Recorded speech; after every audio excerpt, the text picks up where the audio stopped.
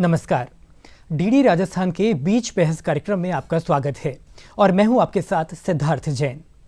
आज विश्व जनसंख्या दिवस है। प्रत्येक वर्ष 11 जुलाई को यह दिवस मनाया जाता है।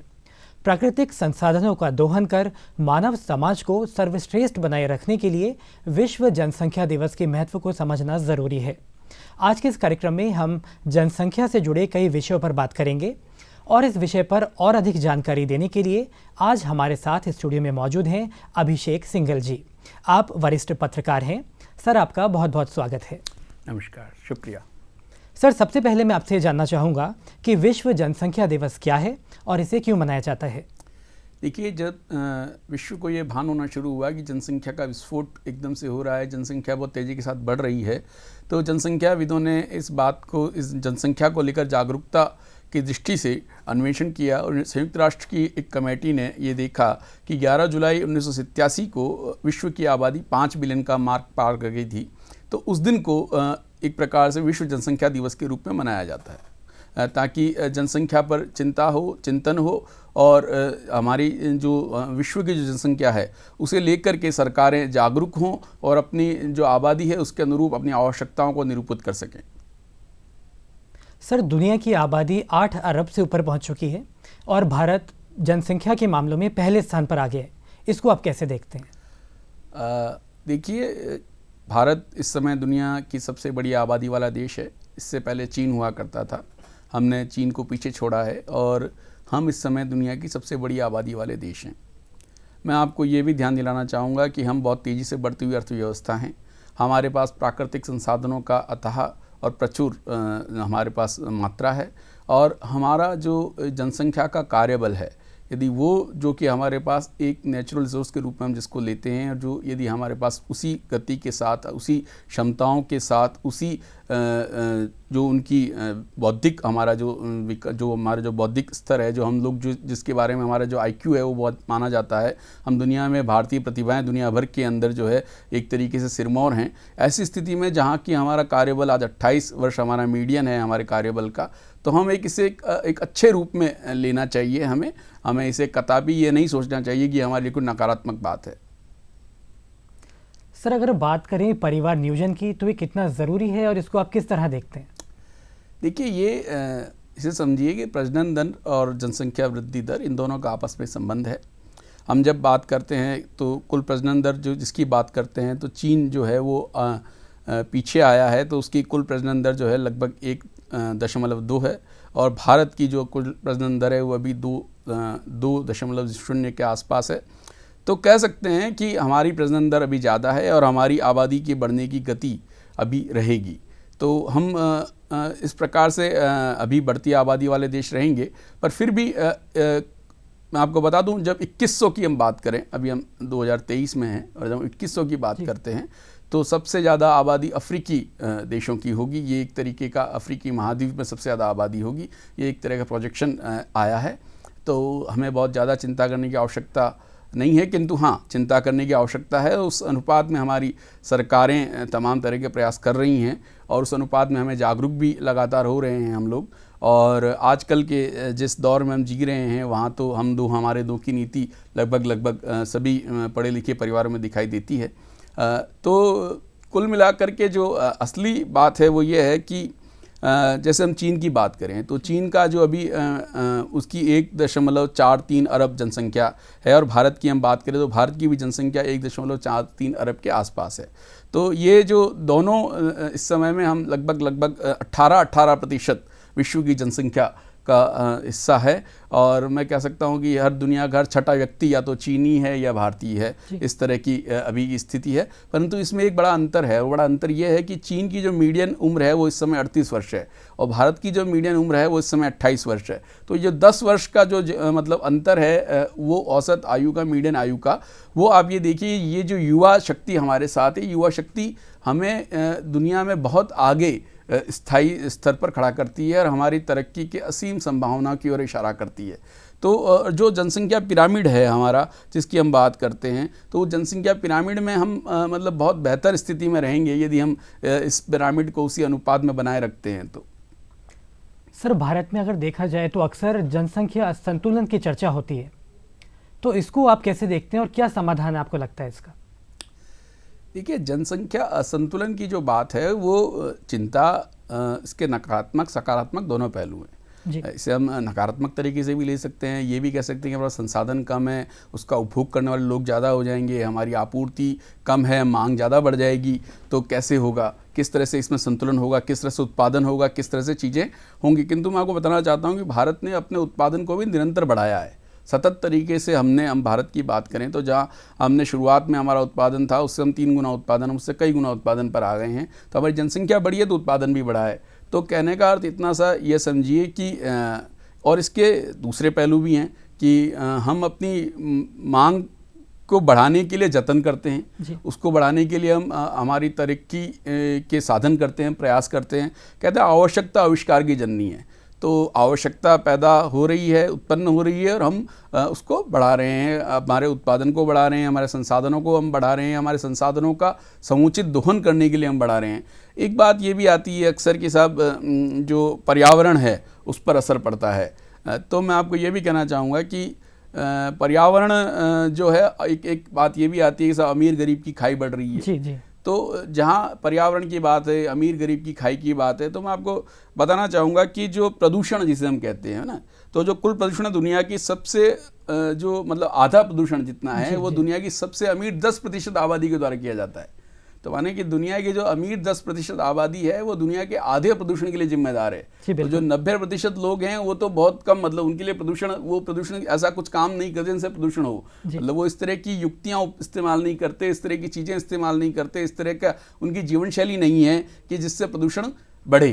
किंतु 10% जो जिनके पास जो अच्छे पूंजी वाले रखने वाले लोग हैं, जिनके पास अच्छा पैसा है, उन लोगों की जीवन शैली इस तरह की है कि वो दुनिया का आधा प्रदूषण करते हैं। तो ये चिंता यानी कि जनसंख्या से प्रदूषण के, हाँ ये ठीक है कि संसाधनों के स्तर पर अभी हमें काम करने की आवश्यकता है और हम कर भी रहे हैं, नीतियां लगातार उस तरह से बन रही है। परंतु हमें समझना होगा कि ह्यूमन रिसोर्स, मानव संसाधन एक ऐसी चीज़ है जो तमाम संसाधनों में बहुत ही सही तरीके से काम करती है। और हमारी जो युवा आबादी है भारत की, खास तौर पर मैं आपको बात करूँ भारत, हम जब विश्व गुरु की बात करते हैं, वसुधैव कुटुंबकम की बात करते हैं, हम ये कहते हैं कि हम दुनिया के अंदर सबसे नंबर 1 देश हैं और हम दुनिया को ज्ञान देंगे। तो हम जब ज्ञान देंगे, हम दुनिया को बताएंगे, तो हम दुनिया को क्या बताएंगे, किस तरह से बताएंगे? हमारे पास बताने के लिए क्या है? हमारे पास बताने के लिए श्रम शक्ति है। हमारे पास बताने के लिए क्या है? हमारे पास चैतन्यता है, हमारे पास वो मस्तिष्क है। आज आप देखिए दुनिया की बड़ी बड़ी कंपनियों को देखिए, दुनिया की बड़ी बड़ी उनको कॉर्पोरेट्स को देखिए, वहाँ कौन लोग दिखते हैं आपको? भारतीय मेधा आज सब जगह आपको नजर आएगी। भारतीय मेधा आज सब जगह दुनिया के अंदर अपनी प्रतिभा का लोहा मनवा रही है। तो मैं आपको इस बात के लिए आश्वस्त करना चाहता हूँ कि हाँ, ये बात ठीक है आपकी कि जनसंख्या बढ़ती है तो ज़रूरतें बढ़ती हैं। स्वास्थ्य के क्षेत्र में हमें ज़रूरतें हमारी बढ़ रही हैं, स्कूल यानी शिक्षा के क्षेत्र में हमारी ज़रूरतें बढ़ रही हैं, तो जो बेसिक मतलब खाद्यान्न के क्षेत्र में हमारी ज़रूरतें बढ़ रही हैं। तो जो बेसिक यानी मूलभूत जिन्हें हम कहते हैं ज़रूरतें, वो ज़रूरतें हमारी बढ़ रही हैं। किंतु उनको हम लगातार उसी तुलना में, उसी में हम प्लान बना करके, और हमारी जो योजनाएं केंद्र सरकार की, चाहे पहले पंचवर्षीय योजनाओं की बात करें या अभी हमने डेवलपमेंट टास्क ले रखे हैं अलग अलग समय के, अलग अलग चीज़ों के, हमने जो हम अमृत महोत्सव मना रहे हैं उसकी हम बात करें, तो उस दौरान भी हमने अपने गोल्स को अचीव किया है। सर, अभी आपने बात की केंद्र सरकार की जागरूक कर रही है, तो मैं इस बारे में ही आपसे अगला प्रश्न पूछना चाहूँगा कि केंद्र सरकार लोगों को जागरूक करने के लिए क्या क्या योजनाएं चला रही हैं, किस तरह से लोगों को जागरूक कर रही है? देखिए, मैं आपको बताना चाहता हूँ कि योजनाएं बहुत हैं जी, और योजनाओं के साथ में असली बात क्या है वो ये है कि हम हमारे जो, जैसे अब आप करो नई एजुकेशन पॉलिसी आई है NEP, तो नई जो शिक्षा नीति आई है वो शिक्षा नीति क्या है? वो शिक्षा नीति ये है कि हमारी सारी आबादी अच्छे तरीके से व्यावसायिक तौर पर अपने आप को नई चुनौतियों के प्रति अपने आप को मजबूत कर सके, अपनी नई चुनौतियों के लिए अपने को तैयार कर सके। तो उसके लिए अलग अलग स्तरों पर डिप्लोमा कोर्सेज हैं, सेमेस्टर कोर्सेज हैं। आपने जितनी पढ़ाई की उतने आपको डिग्री मिल जाएगी। आपको अलग अलग व्यावसायिक आप मतलब कौशल विकास के आपके विभिन्न कार्यक्रम हैं, आपको विभिन्न भाषाओं के स्तर पर आपको कार्यक्रम हैं, तो इन सब को मिला करके आप जब बात करते हैं तो इसका अर्थ ये निकलता है कि हमारी आबादी को हम जो है सशक्त बना रहे हैं और युवा आबादी को हम सशक्त बना रहे हैं। तो आज जैसे हम बात करें आईटी की बात करें, दुनिया आज कंप्यूटराइज की बात कर रही है, हम आर्टिफिशियल इंटेलिजेंस की बात करते हैं, तो आर्टिफिशियल इंटेलिजेंस को जो है जनसंख्या के सामने एक बड़ी चुनौती के रूप में देखा जा रहा है। ऐसा कहा जा रहा है कि आर्टिफिशियल इंटेलिजेंस के आने से बहुत बड़ी संख्या में आबादी को बेरोजगार होने का खतरा बनता है। किंतु मैं आपको बताता हूँ, ये भी सोचिए कि जो एआई कंपनियां हैं उन्होंने भी इस पर शोध किया है और इसके अलावा और भी शोध हो रहे हैं। भारत में भी इसको लेकर चिंता शुरू हो गई है, हमारे यहाँ कार्यबल भी इसको लेकर के बन रहा है और अलग से सरकार ने भी इस पर काम शुरू किया है। तो मैं आपको पर कहना ये चाहूँगा इसमें कि जो बेरोजगारी की हम बात करते हैं एआई के आने से, तो एआई के आने से जहाँ बेरोजगारी बनेगी वहाँ नए रोजगारों का अवसर खुलेगा। जैसे जैसे तकनीक आती है नए नए किस्म के नए नए प्रकार के रोजगार हमारे सामने आते हैं। जैसे अभी गिग वर्कर्स की बात करें, एकदम से तकनीक आई, तकनीक जैसे ही भारत इंटरनेट क्षम हुआ है ना, भारत में इंटरनेट की क्षमताएं बढ़ी, हमने 4G नेटवर्क 5G नेटवर्क की हम बात कर रहे हैं, आज बहुत बड़ी आबादी इंटरनेट के दायरे में है। तो जैसे इंटरनेट के दायरे में आबादी आई तो फिर तकनीक ने बहुत से रोजगार मुहैया कराए, इस तरह के संसाधन मुहैया हो गए। जैसे हम आज आप बात करें, आज आप देखिए अलग अलग जगहों पर आपके पास एक ऐप आता है, आप ऐप से कुछ भी भोजन मंगा सकते हैं, तो भोजन लाने ले जाने वाले लोग बन गए हैं खूब सारे।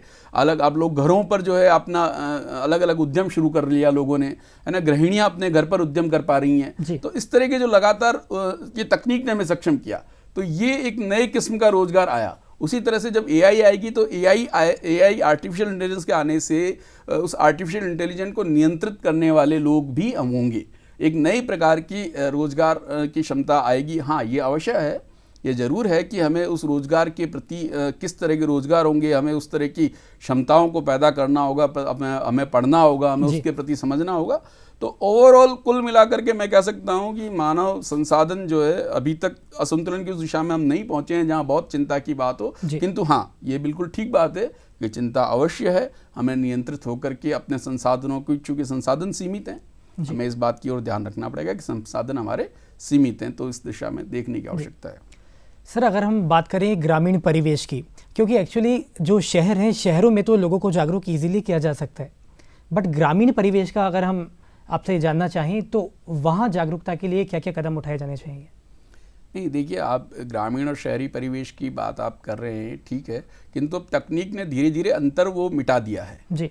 जिस तरह से मोबाइल लोगों के हाथों में पहुंच गए हैं और जिस तरह से सरकारें भी तमाम लोगों तक ये बात पहुंचा रही हैं और कह रही हैं, तो उसमें ये बात ग्रामीण और शहरी परिवेश का, अब चूंकि पहले केवल कम्युनिकेशन संचार का साधन जो था वो एक दिशा से दूसरी दिशा तक पढ़ाई लिखाई की ओर होता था, किंतु दृश्य श्रव्य माध्यम जो है अब मतलब बहुत ही तेजी के साथ सब तक पहुंच गए हैं। और मतलब मोबाइल की से जो है मतलब ऑडियो विजुअल जिसको हम कहते हैं, मोबाइल की वजह से जो है मतलब आप स्मार्टफोन जो है सभी को उनकी भाषा में, स्थानीय भाषा में भी मिल रहे हैं।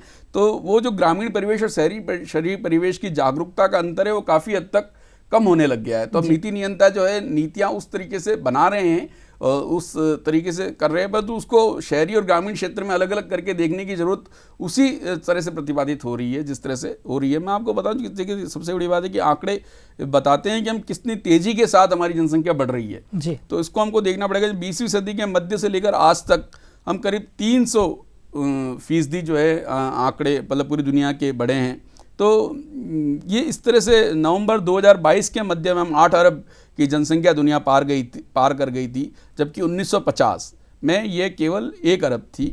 तो 1950 में जो है ये आंकड़ा जो है करीब 2.5 अरब का था जी, है ना। तो अब हम तो कितनी तेज़ी के साथ हम बढ़ रहे हैं ये देखिए। और मैं आपको बताऊँ पिछले 13 साल में, मतलब 13 साल में हम लोग करीब 1 अरब लोग और जुट रहे हैं। परंतु अब ये आंकड़ा जो है जनसंख्या की वृद्धि का, आप जो जागरूकता की बात करें तो मैं आपको बताना चाहता हूँ कि जागरूकता जो है वो मतलब बढ़ रही है। और अगला जो 1 अरब जनसंख्या जो जुड़ेगी उसमें करीब जो है वो 15 साल लगेंगे, यानी समय बढ़ेगा। मतलब अभी हमारा समय घटा, हमने कम किया। 13 साल में हम लोग 1 अरब लोग जुटे थे और अगले जो 1 अरब लोग जुटेंगे वो करीब जो है उसमें 15 साल लगने की मतलब वैज्ञानिकों ने उम्मीद जताई है। सर, अगर आप बात करें युवाओं की तो भारत सबसे युवा देश माना जाता है। ये आबादी का हिस्सा देश के विकास में हम कैसे उपयोग में ले सकते हैं?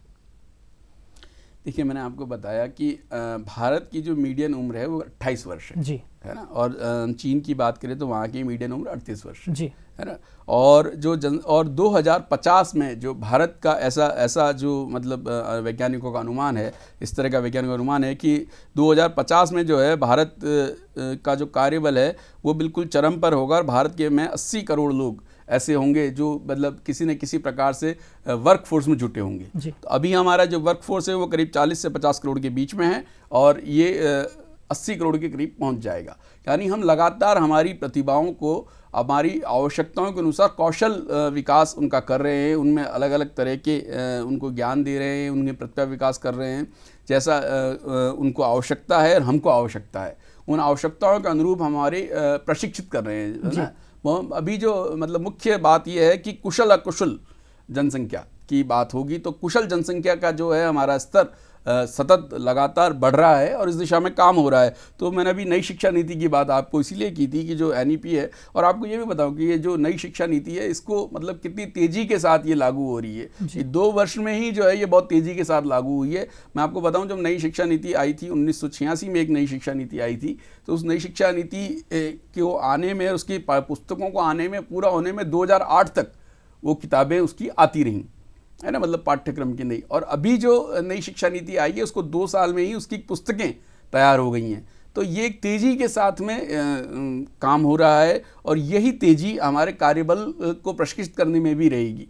तो जो हमारा कार्यबल प्रशिक्षित होगा तो उससे हमारी अर्थव्यवस्था को फ़ायदा होगा। आज हम जो विश्व में हमारी अर्थव्यवस्था को कहते हैं, हम सबसे बड़ी अर्थव्यवस्था की ओर बढ़ रहे हैं धीरे धीरे, तो ये इसीलिए बढ़ रहे हैं कि हमारी जो कार्यबल है, ये कार्यबल हमें बहुत ही मजबूती देगा। हाँ, इसकी कुछ चिंताएं रहेंगी, वो चिंता ये रहेंगी कि हमारे को स्वास्थ्य संबंधी हमारा जो ढांचा है उसे बहुत मजबूत करना होगा। हमारी जो बढ़ती आयु के लोग हैं वो स्वस्थ रहें, ये हमें सुनिश्चित करना होगा। और हमारा जो मतलब हम जिसको हम कहें 2050 के आसपास या उसके बाद जो हमारे सेवानिवृत्त लोगों की बड़ी जो एक काफ़ी जो हमारे लोग रहेंगे उनको हम ठीक प्रकार से उनकी देखरेख कर सकें, ये हमारा सामने एक चुनौती होगी।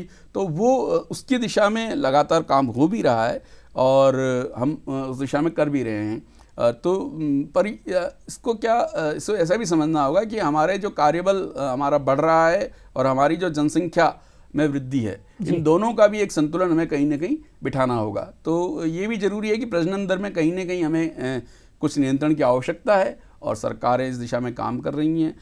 एक दौर वो भी था जब इसे जबरन लागू किया गया था, किंतु हिंदुस्तान एक ऐसा देश है, भारत एक ऐसा देश है जहाँ जबरन कुछ नहीं हो सकता। सब कुछ चीज़ें लोगों के समेकित विचारों के साथ, सबको साथ लेकर सबका विकास करने से ही ये चीज़ें संभव हो पाती हैं। सर, जैसा भी आपने बताया कि सरकार भी इसको लेकर कई उपाय कर रही है और लोगों को जागरूक कर रही है।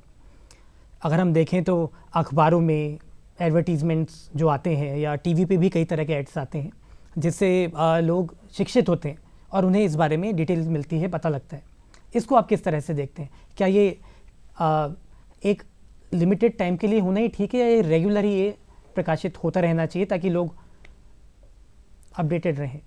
देखिए, एक वो करत अभ्यास से जड़मति हो तो सुजान जी, है ना। तो बार बार है ना, रसरी आवत जावत है सिल पर पड़े निशान। तो बार बार जो है प्रयास करने से, सतत प्रयास से ही चीज़ें जो हैं बार बार आपके ध्यान में आती हैं। तो ये बिल्कुल ठीक बात है कि बार बार हमें इन चीज़ों का ध्यान रखना पड़ेगा, इन पर ध्यान देना पड़ेगा, और केवल जनसंख्या दिवस के दिन ही हम जनसंख्या को लेकर चर्चा करें।